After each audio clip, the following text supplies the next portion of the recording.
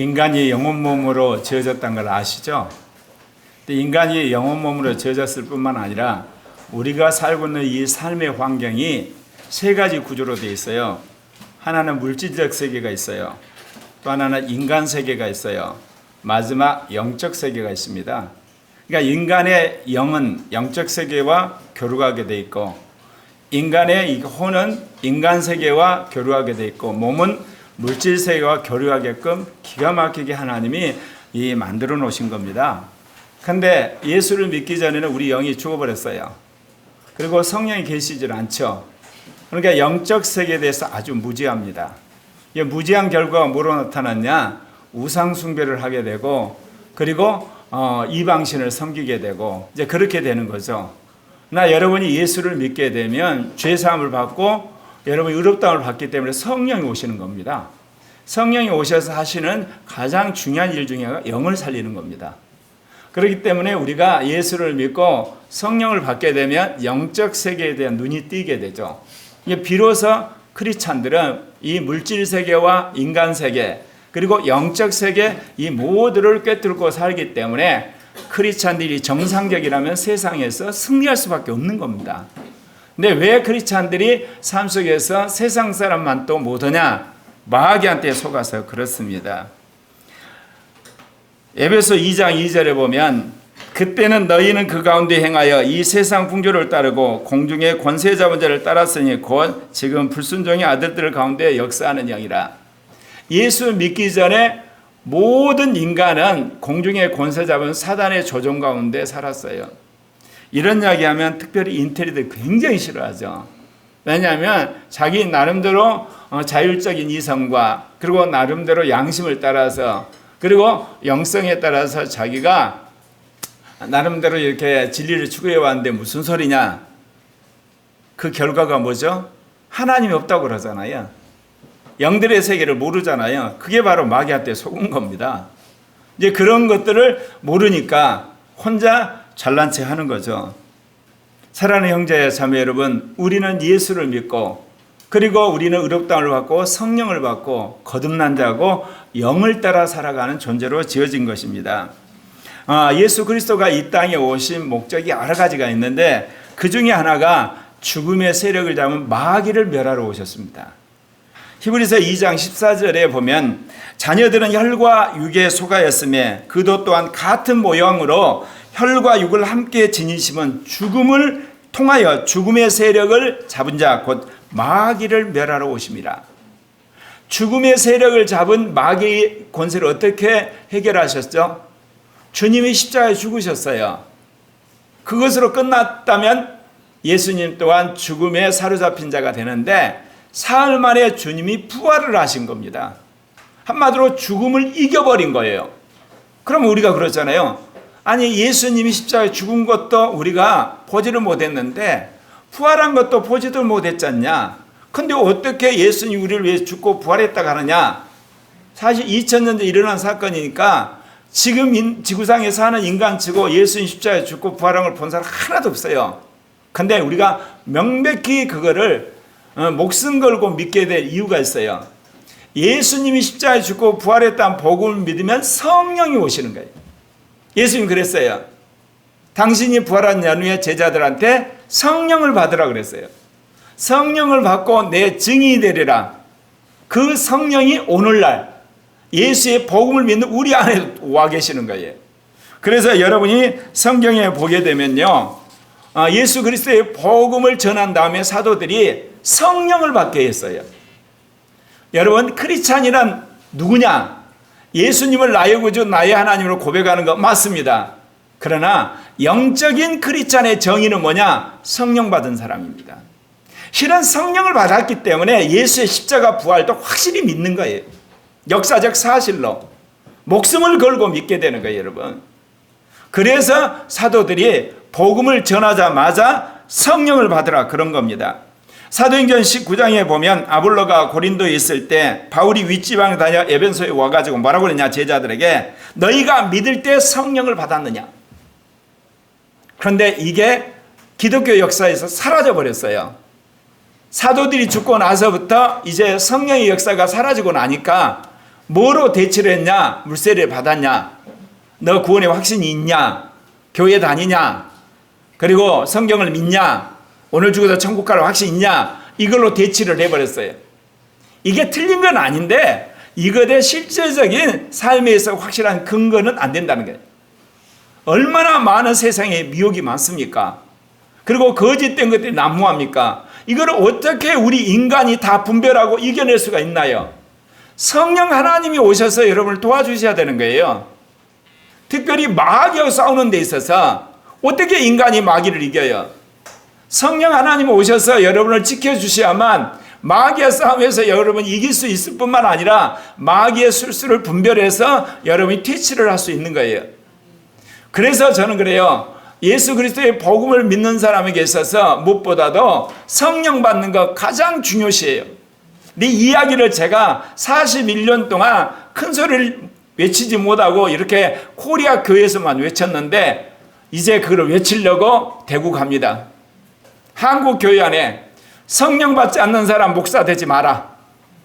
성령 받지 않는 사람 장로 될 생각 말아라. 어떻게 성령 안 받고 성경대로 사냐? 어떻게 성령 안 받고 마귀와 싸워서 이기냐? 방법이 있으면 말해봐라. 성경이 그걸 말하거든요. 여러분, 예수님의 유언이라고 한 것이 지상명령이잖아요. 너희는 모든 족속으로 제자를 삼아 아버지와 아들과 성령의 이름으로 세례를 주고 내가 너희에게 분부한 모든 걸 가르쳐 지키라 그랬잖아요. 사실 이것보다 더 중요한 게 뭐예요? 몇 날이 못 되어 성령을 받으리라. 예루살렘 떠나지 말고 성령 받으란 말이 더 중요한 거예요. 왜냐하면 성령을 안 받으면 증인이 못 돼요. 성령을 안 받으면 서로 사랑할 수가 없어요. 여러분, 교회에 모여서 사랑하자 해서 사랑이 되나요? 제가 대학 시절에 기독학생 운동을 했다고 그랬잖아요. 민주화를 위해서, 민족을 위해서, 민중을 위해서 우리 젊은 시절에 한 목숨 바치자. 그래서 우리는 학점은 그만두고 날마다 그걸 모여서 세미나하고 회의하고 그리고 후배들 MT 가고 의식화시키고 그랬어요. 다른 학점은 안 받지만 우리가 운동 3학점으로 확실히 A+도 맞자. 그렇게 결사적으로 젊은 시절에 보냈는데 지금 어디서 사는지 뿔뿔이 흩어져 가지고 다시 안 모여. 정말 그때는 같이 죽고 같이 살자 그랬어. 여러분, 성령만이 같이 죽고 같이 살게 하는 사랑의 공동체를 만드는 거예요, 여러분. 그것도 성령 안에서 변화된 사람만이. 성령이 은사 받았고 누가 은사가 더 세냐, 누가 더 능력을 받았냐, 누가 더 카리스마냐, 이 장난하고 나면 깨져요. 그러나 성령을 받아서 변화되게 되면 정말 같이 죽고 같이 사는 공동체입니다. 예수 그리스도를 믿는다고 하면서 성령 세례 받지 못하고 성령을 사는 삶을 살지 못하는데 우리가 어떻게 죽으면 천국 간다는 이야기를 할 수가 있나요? 교리적으로 할 수는 있어요. 왜냐하면 교리를 자기가 세뇌되다시피 믿어서 나 이 땅에서 살면 천국 같지를 않아. 사랑하는 형제 자매 여러분, 우리는 죽어서 천국 가는 게 아니에요. 예수를 믿는 즉시 성령이 와서 천국을 체험하게 하시는 거예요. 그리고 천국을 증거하는 거예요. 천국을 확장하다가 천국으로 가는 거예요. 그렇기 때문에 여러분, 예수 그리스도의 복음을 믿으면 처음부터 끝까지 성령입니다. 늦은 미성령의 시대, 성령 세례 받지 아니하고는 이제는 주님의 뜻을 온전하게 알 수도 없고 성경을 제대로 해석할 수도 없고 더더욱 마귀와 싸움에서 절대로 이길 수가 없습니다. 그렇기 때문에 여러분이 성경을 보더라도 성경 안에서 어떻게 하면 내가 성령 충만을 받을 건가? 내가 어떻게 그리스도를 닮은 사람이 될 것인가? 내가 하나님의 뜻을 따라 살 것인가? 여러분, 성령 안에서 말씀으로 씨름하는 여러분 되시길 바랍니다. 우리가 예수를 믿어서 하나님의 자녀가 됐다는 건 모르겠어요. 그동안 사단의 왕국에 있었던 우리가 호적을 파버려가지고 하나님의 왕국의 자녀가 됐어요. 그래서 예수님의 호적에 우리가 올라갔다 그 이야기입니다. 여러분, 사도행전 26장 18절에 그 눈을 뜨게 하여 어둠에서 빛으로 사단의 권세에서 하나님께로 돌아오게 하고 죄사함과 나를 믿어 거룩하게 된 무리 가운데서 기업을 얻게 하려 하더이다. 사랑하는 형제 자매 여러분, 우리가 태어났을 때 우리 영이 죽었기 때문에 사단의 권세 안에 있었어요. 그런데 여러분이 예수를 믿고 거듭난 순간 여러분의 호적이 하늘나라 어린 양의 생명책에 기록되어 있다니까요. 그 증거로 성령이 사실 오신 겁니다. 그런데 오늘 읽은 말씀은요, 오순절 성령임에서 정말 어떤 꿈 같은, 정말 신나는 그 엄청나게 놀라운 공동체가 탄생을 했어요. 그 이름을 일컬어 초대 공동체. 그런데 이 공동체 가운데서 엄청난 주님 앞에 반역 행위로 말미암아 하나님이 직접 치리한 사건이 터졌습니다. 이 사건을 우리가 읽기 전에 사도행전 4장을 보면 제사장들과 사두개인들에게 붙잡혔던 사도들이 풀려났어요. 그러니까 교회가 합심하여서 하나님을 기도하니까 얼마나 강력하게 성령이 충만했던지 있던 기도한 곳이 흔들리면서 하나님의 능력이 임재해요. 그러니까 나가서 열심히 하나님의 말씀을 전했어요. 그것으로 부족해서 사람들이 모이니까 여기저기 사람들이 자기 재산을 다 팔고 있는 돈을 다 가져와서 교회에다 바치는 거예요. 우리가 말하는 최초의 공산사회가 만들어진 겁니다. 왜냐? 천국을 경험하고 나니까 이 땅에 있는 재산, 돈, 이게 아무 소용이 없는 거예요. 딱 보니까 가난하고 병들고 헐벗은 사람 눈에 보이거든요. 그러니까 그 형제 자매들을 위해서 한마디로 도네이션을 한 거예요. 그러니까 헌금 정도가 아니에요. 재산 전체를 팔아고 바친 거예요. 있는 돈 다 쏟아붓고 그 일이 벌어졌다고 사도행전 4장에서 말하고 있습니다. 믿는 무리가 한 마음과 한 뜻이 되어 모든 물건을 서로 통용하고 자기 재물을 조금이라도 자기 것이라 하는 이가 하나도 없더라. 사도들이 큰 권능으로 주 예수의 부활을 증언하니 무리가 큰 은혜를 받아 그 중에 가난한 사람이 없으니 이는 밭과 집 있는 자는 팔아 그 판 것의 값을 가져다 사도들의 발 앞에 두매 그들이 각 사람의 필요를 따라 나눠줌이라. 여러분, 여기서 유명한 막스의 공산주의 원리 나타난 거 아세요? 능력 따라 일하고 필요 따라 나누자. 말은 그럴싸해요. 그러나 이 모든 것을 뭐로 하죠? 총칼로 했던 거예요. 그러면 총칼 가진 사람들은 어떻게 사나요? 네 것도 내 거고 내 것도 내 것이고. 그게 공산당 집권 70 몇 년이죠? 4년의 역사가 보여주는 거예요. 역사상 평등사회는 절대로 오지 않습니다. 민주화 세력이 얼마나 부르짖었어요. 이 나라의 민주화. 그래서 권력을 잡았어요. 권력을 잡은 자들이 얼마나 더티하게 해먹었는가. 민주당 선거에서 돈봉투 오고 간 사건이 보이시죠? 제가 민주화 운동을 하다가 민주화 세력의 죄악을 보고 제가 그것을 그만두고 기독학생 운동을 하게 됐어요. 기독학생 운동을 하다 한계를 느끼고 제가 그만뒀어요. 나중에 성령 운동을 하면서 성령 운동하는 사람은 천사인 줄 알았어요. 나중에 성령 운동한 사람들이 한번 오만해지면 마귀는 저리 가라는 걸 보고 제가 학을 뗐어요. 그래서 그때 신은순 간사 만나서 이제 결혼해가지고 복음주의 교회에 왔어요. 말씀 공부를 하는데 얼마나 달고 정말 꿀송이보다 달아. 나중에 감투 싸움 하는데 완전 이골이 났어요. 장로 되려고 권사 되려고 교회에서 한번 선거를 하면서 상대방에 대해서 마타도를 하는데 세상에서 흔히 말하는 선거 저리 가라는 거야. 제가 그 다음에 느낀 게 있어요. 내가 마음 들 것은 하나도 없다. 나중에 그래도 민족 복음화하고 민족 부흥운동을 한다고 해서 부흥운동하는 목사님 교회 부목사로 갔어요. 갔더니 어쩐 줄 아세요? 신영규 목사님이 유명한 부흥사잖아요. 그러니까 그 신영규 목사님한테 인정받아가지고 강단에 부흥사로 등극하기 위해서 신영규 목사님 밑에서 또 얼마나 비비는지 목사님들이. 근데 진보적인 크리스찬 오순절 크리스찬, 보수의 크리스찬, 민족 복음하는 크리스찬만 나쁜 게 아니라 나는 더 나쁘더라고. 교회 개척해 놓고 온갖 인간의 악한 것, 육신적인 것, 더러운 것이 올라온 것을 주님이 다 뜯어 고치느라고 참 오랜 세월이 갔어요. 여러분, 이 땅에 자유롭고 평화롭고 정말 사랑이 넘치는 공동체 절대로 안 만들어져요.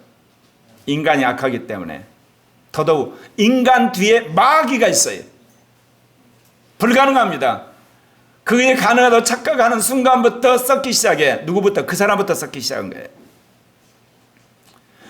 그래도 사람들이 만족할 만한, 그래도 이제 우리가 말한 마음을 둘 수 있는 공동체를 여러분 형성하는 길은 성령 충만한 것 외에는 길이 없어요. 그리고 그리스도가 주인된 공동체가 될 때만이 사랑의 공동체, 여러분 진리의 공동체, 자유의 공동체가 되는 겁니다. 여러분, 오늘날 지구상에 200개의 국가가 있는데 여러분, 자유민주주의 체제가 있는 나라가 어느 나라죠? 대한민국이에요. 세계에서 가장 자유민주주의 체제가 활발한 나라가 한국이에요. 미국 아니에요. 영국이요? 영국 아니에요. 독일, 프랑스 아니에요. 전부 다 그들은 사상으로 쇠뇌되어 있어요. 한국은 힘들다 그러지만 그래도 좌가 우가 마음 놓고 그래도 싸우고 있어요. 서구라파가 얼마나 여러분 네오마르크시즘에 사로잡혀 있는지 아세요?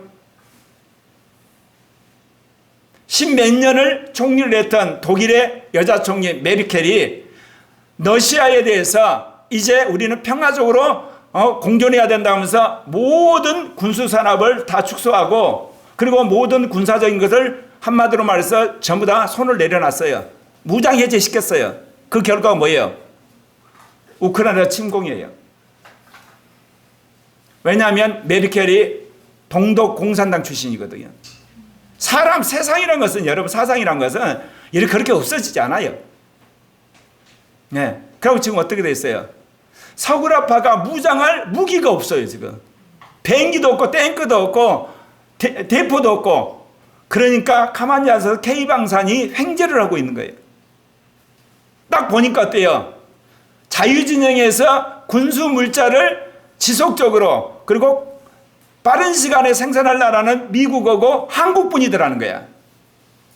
미국이야 세계 패권을 유지하려고 한 거고 한국이야 우리 살라고 했는데 어느 날 보니까 K방산이 동그라파에, 중동에, 동남아시아에, 남미에, 아프리카에 팔려나간 상황이 돼버린 거야 이게.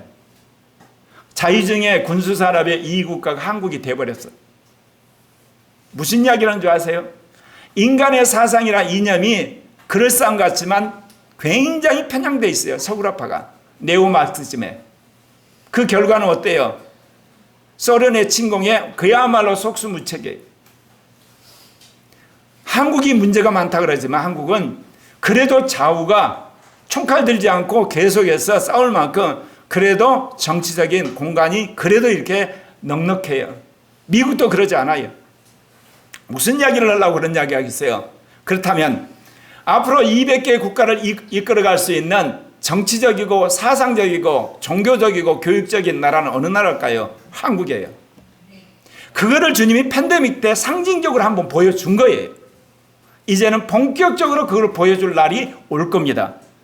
한국 교회가 개혁이 되고 한국의 정치가 개혁되고 교육이 개혁이 되고 언론이 개혁이 되면 한국은 세계에서 가장 앞서가는 자유민주국가고 그리고 복음이 피고 성령 충만한 나라가 되리라 저는 확신합니다.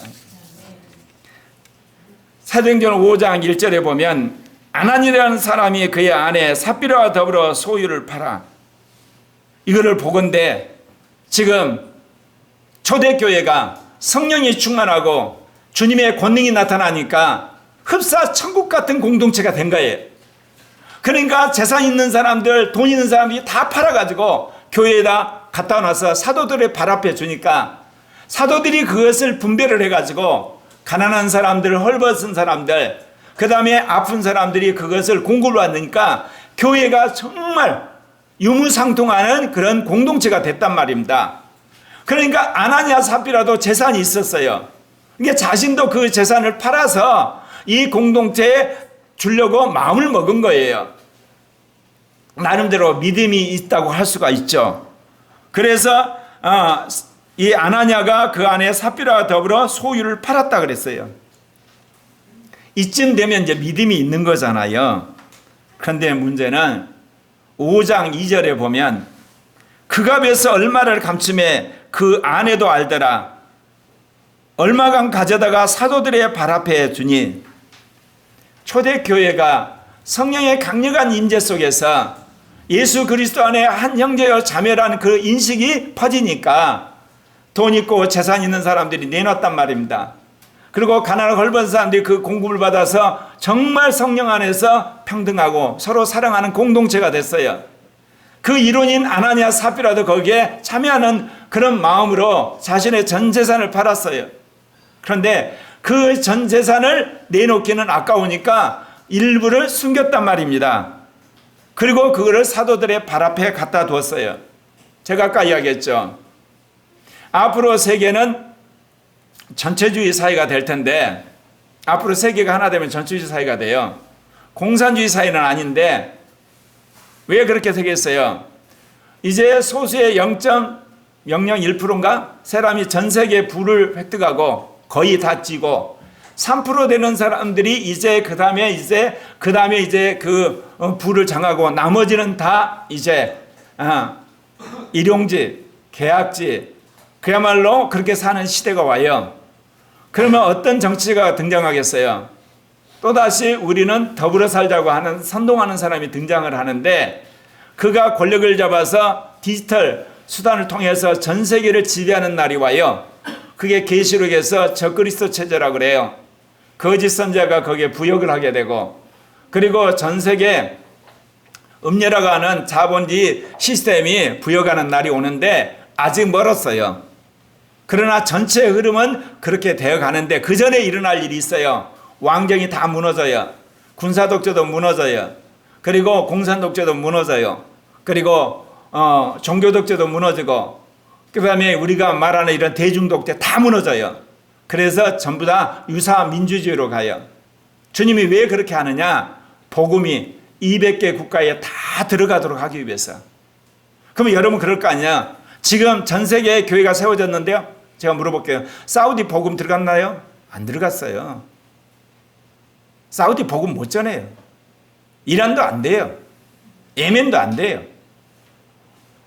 왜냐? 거기는 이슬람 독재 국가예요. 인도도 마찬가지예요. 힌두교 이게 국가예요.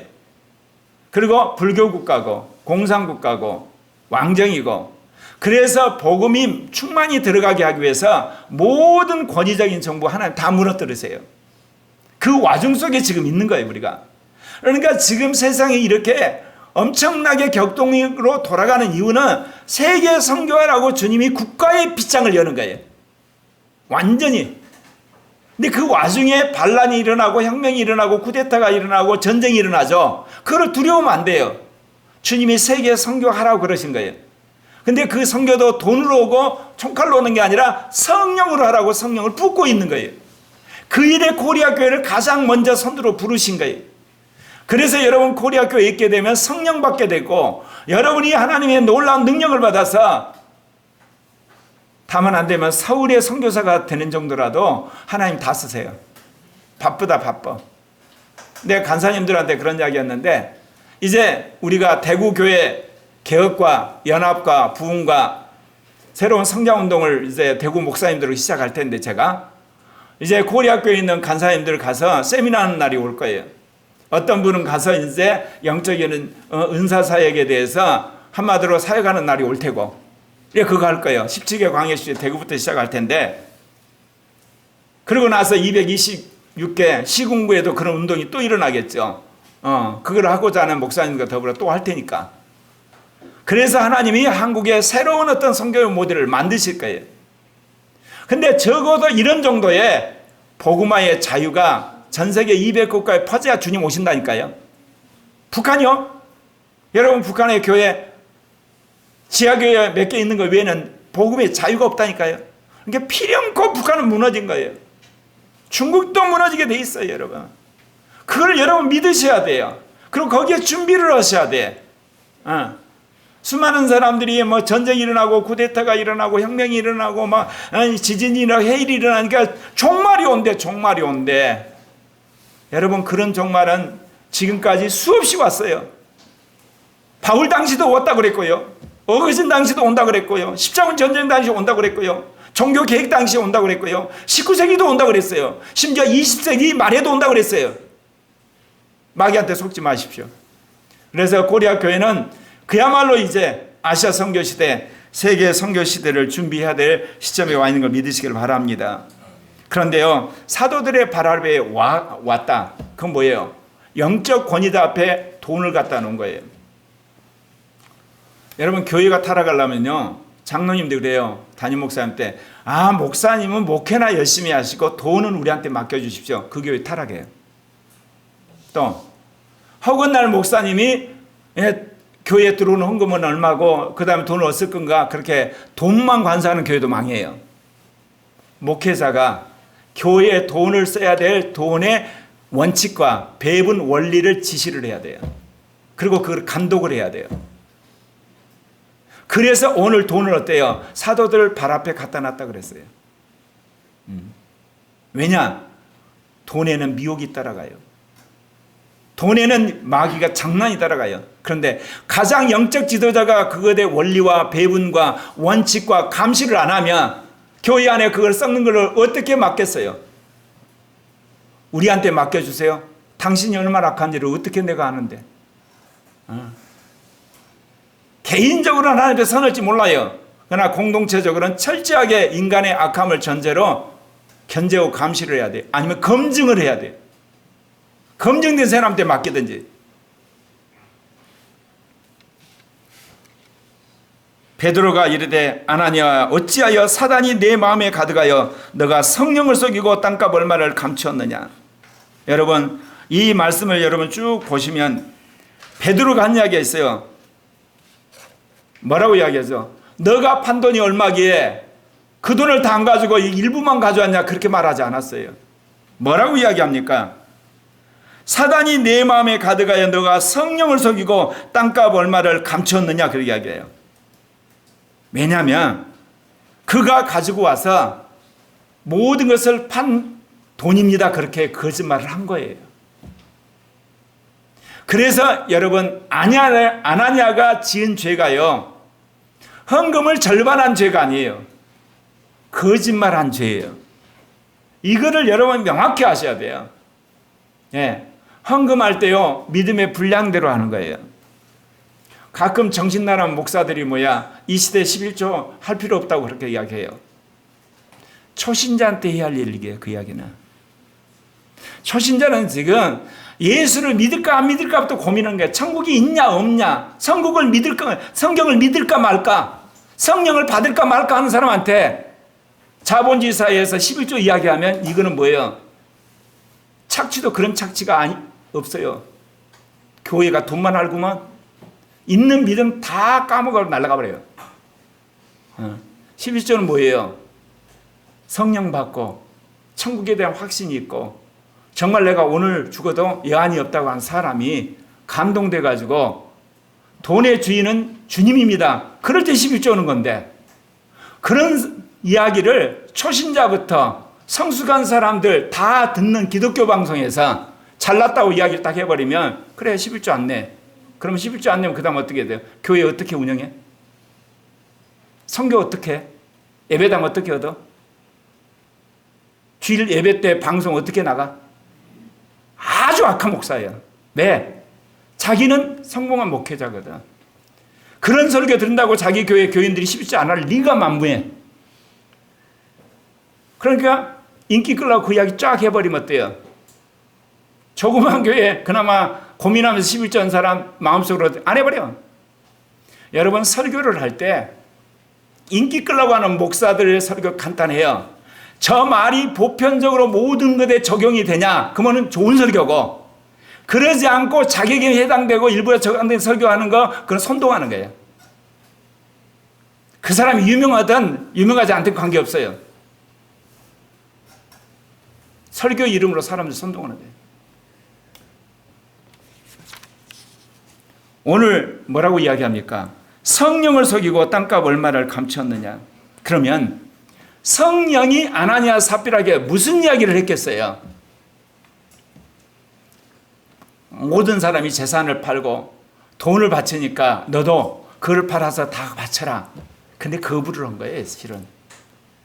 그래서 오늘 그 이야기를 하는 거예요. 그럼 물어보십시다. 베드로가 어떻게 알았죠? 베드로가 모든 교인들의 뒷조사를 했나? 국정을 통해 가지고? 안 했어요. 베드로가 성령 충만한 종이에요. 영분별로 그걸 안 거예요. 네. 제가 늘 그런 이야기 했죠. 코리아 교회가 이렇게 어떻게 보면 하나님 쓰시기에 오랜 세월이 걸린 거, 특별히 고영석 목사가 이렇게 신은수 목사가 오래 걸린 거, 왜 그랬겠어요? 늘 하는 이야기였어요, 여러분.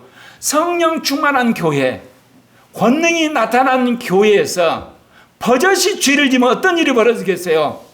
아나니아 삽비라가 되는 거예요, 여러분. 성령이 역사하는데 한쪽에서 버젓이 죄를 짓는 사람, 그 사람 그대로 있다. 그건 성령 충만한 교회가 아닌 거예요, 여러분. 그러니까 하나님이 성령 충만한 교회를 만들려면 항상 하는 이야기가 회개운동부터 일어나요, 먼저. 그리고 성화운동이 일어나요. 그러면서 성령의 운동이 일어나야지 그게 오래가요. 그러지 않으면요, 얼마쯤 가서 그 성령운동은 꼭 망해요. 사라져요. 왜 그러냐면 안에 있는 죄악이 드러나서 서로 다투다가 성령운동의 불결이 딱 끊겨요. 예. 주님께서 3년 반 공생애를 통해서 가장 심혈을 기른 게 뭐죠? 제자 12명, 70명, 말하자면 120명을 철저하게 충성된 종으로, 거룩한 종들로 성별을 하신 거예요. 그리고 성령을 부으신 거예요. 그래서 그래도 초대교회가 그렇게 명맥을 유지해서 노마 제국 흔들 만한 기반을 마련했던 겁니다. 주님이 코리아 교회 오랜 세월 동안 이렇게 하신 이유가 뭐예요? 한국 교회를 뒤집어 놓고 아시아 교회, 세계 교회를 뒤집을 만한 그루터기 같은 교회를 만들려고 그래요. 내가 새벽 설교 때 이야기했는데, 나는 아브라함, 이삭, 야곱, 요셉만 볼 때마다 예전에 굉장히 가슴이 벌렁벌렁했어요. 어떤 의미에 벌렁벌렁한다?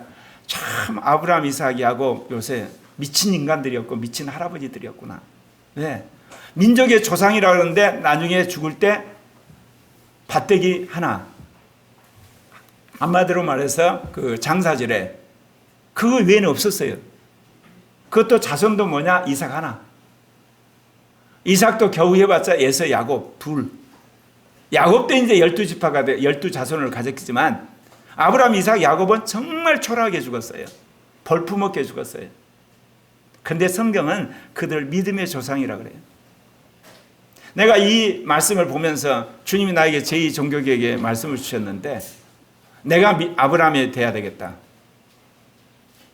우리 아들, 딸들이 예를 들면 이삭이 되고, 손자, 손녀가 야곱이 되고, 그 다음에 증손자, 증녀가 되는 요셉 같은 그런 때 가문을 세워야 되겠다. 그런 열망독이 살았고, 나중에 여러분을 보면서 내가 아브라함이면 지금 있는 집사님 세대가 이삭이 되고, 그리고 지금 있는 청년들이 야곱이 되고, 앞으로 태어나는 지금 온유나 성은이나 은혜가 말하자면 요셉 같은 사람이 됐다. 그런 소망 속에 코리아 교회 목회를 지금까지 한 거예요.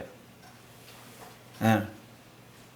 남이 알아주도 않는데 그건 알 바 아니지. 하나님만 아시면 되는 거지. 네. 왜냐? 주님이 오실 게 분명한데, 그러려면 세계 선교가 확실히 이루어져야 되는데, 14만 4천의 수가 차야 되는데, 마귀가 완전히 그 마귀 세력이 발등산되도록 굴복을 해야 되는데, 그리고 성경이 성취돼야 되는데, 모든 세대가 성령을 받아야 되는데, 이것이 이루어지려면 그걸 믿는 사람이 필요해요. 그걸 믿는 교회가 필요한 거야. 그걸 믿는 신학교가 있어야 되고, 그걸 믿는 교단이 있어야만 그 일이 이루어져요. 그러면 주님이 그 일을 꼭 하시고야 말 거 아니야. 그러면 누구를 통해서 하실 건가? 지구상을 돌아다니면서 주님이 찾으실 거 아니에요. 그때 저요, 손을 내가 들었어. 마음으로. 그 일이 저는 반드시 이루어지리라 믿어요. 왜 그러냐? 아까 200개 국가 중에서 주님이 어디서 선발하겠어요? 세계 역사의 중심인 한반도에서 한반도에서 어때요? 이 고민하는 믿음의 사람들 중에 선택할 거 아니에요? 나는 그래서 주님이 나와 고리학교에 택했다고 믿어. 사도행전 5장 5절에 이제 아나니아가 이 말을 듣고 엎드려져 혼이 떠나니 이 일을 듣는 사람이 다 크게 두려워하더라. 베드로가 자기 말한 게 아니에요. 주님의 말을 대언한 거예요. 그러니까 그 말 떨어지자마자 하나님 징계를 받아서 쓰러져서 혼이 떠나버렸어.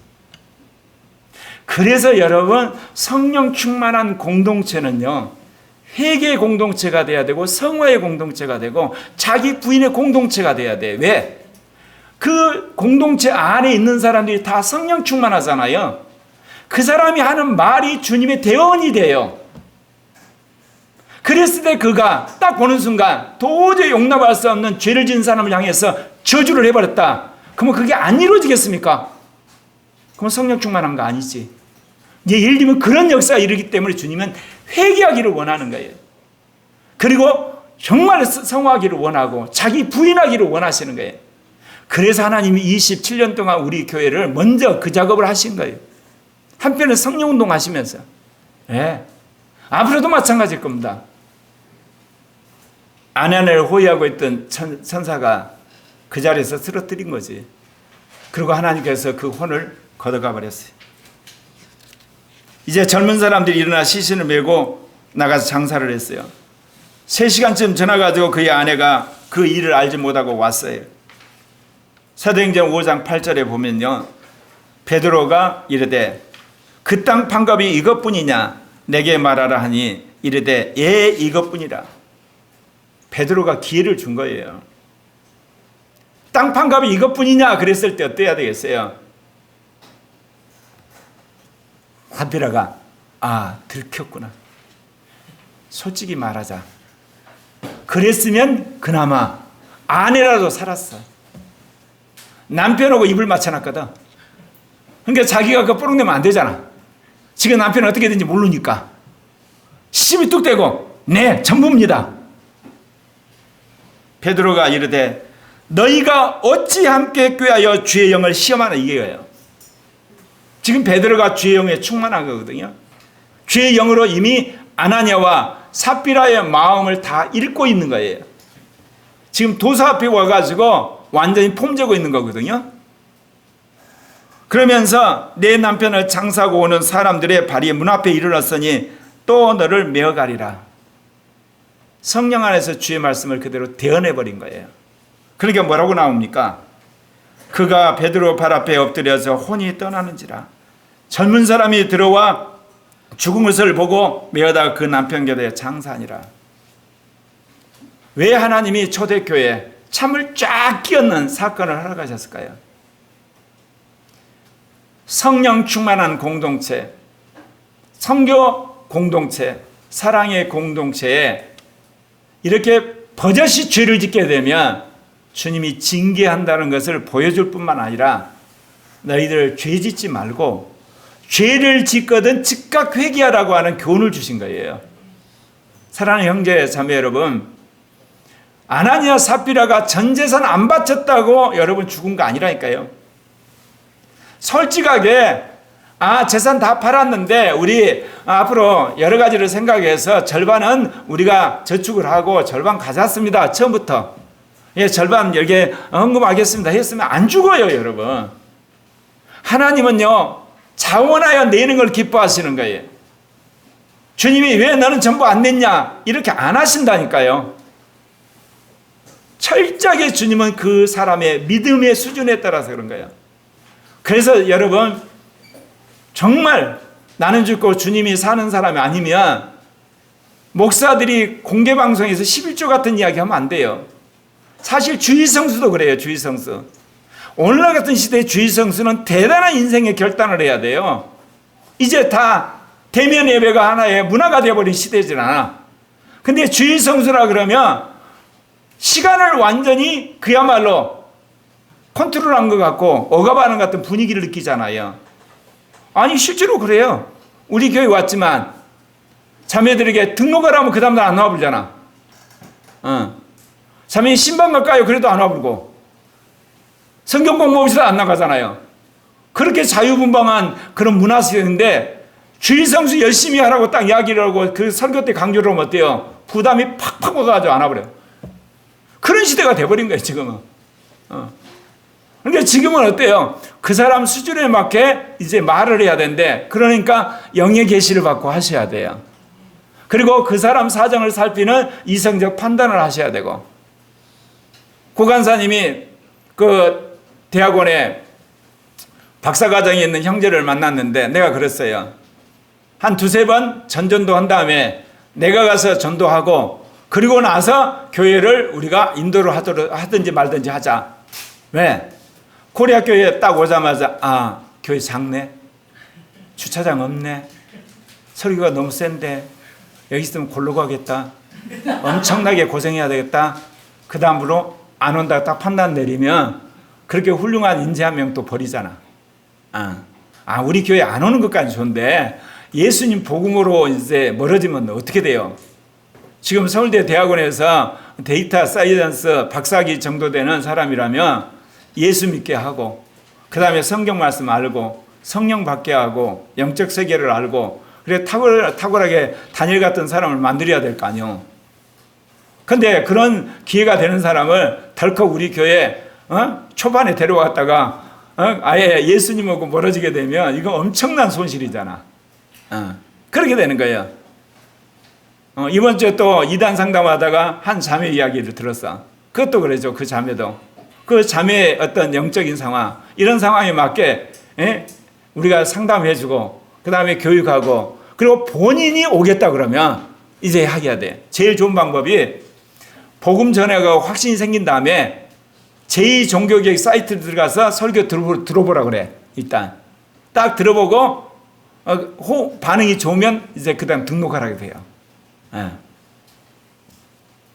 무슨 이야기를 하느냐, 이 시대 우리가 영을 따라서 한 사람 한 사람을 파악하는 능력이 무엇보다 필요해요.